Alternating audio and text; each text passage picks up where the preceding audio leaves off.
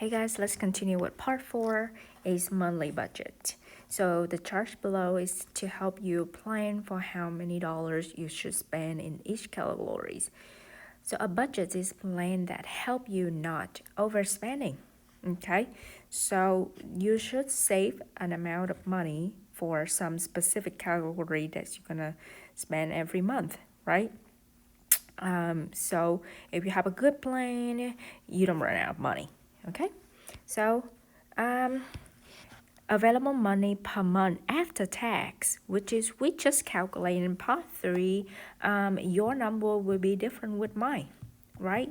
So whatever I calculate in part 3 after tax, I have $1,920. So I can use for my house insurance, food and saving and car and my vacation plan or something. Okay, so I will use 30% of what I earn for housing or for rent apartment or rent a house. Okay, so again, 30% of what I earn. So that is, you can set up your proportion so you can find out how much money that you spend for house. So 30% means 30 out of 100. Again, your numbers will be different with mine, okay? So I just give you some example how to do it. 1,920. So I would, this is solving proportions. I will do cross multiply and dividing. Okay, so 1,920 multiply with 30. Okay, 0 times 0, 0 times 2, 0 times 9, 0 times 1. 3 times 0, 3 times 2, 3 times 9, 27.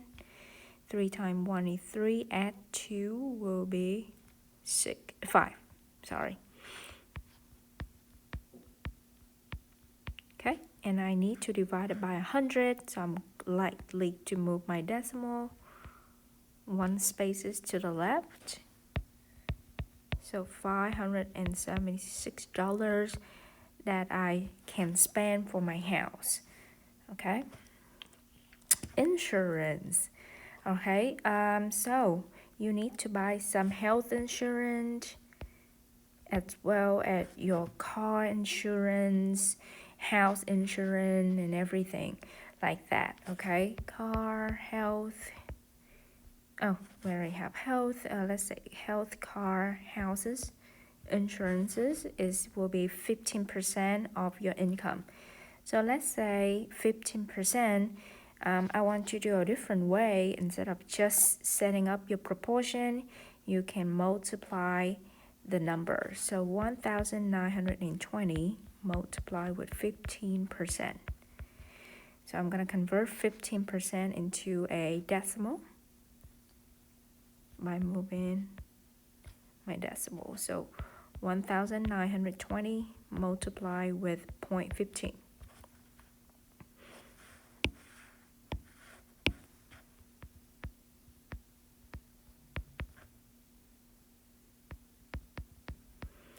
Five times 0, 5 times 2 is 10. 5 times 9 is 45, add 1 is 46. 5 times 1 is 5, add 4 is 9. 1 times 0 is 0, 1 times 2, 1 times 9, 1 times 1.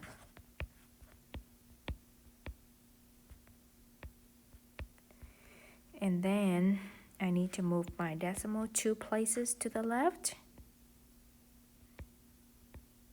So for all the insurance, I can spend around 288. Okay, so this is just the example for calculating the money for house and insurance. You can continue to calculate how much money you can spend for food, saving, and car, and donation, and your personal saving.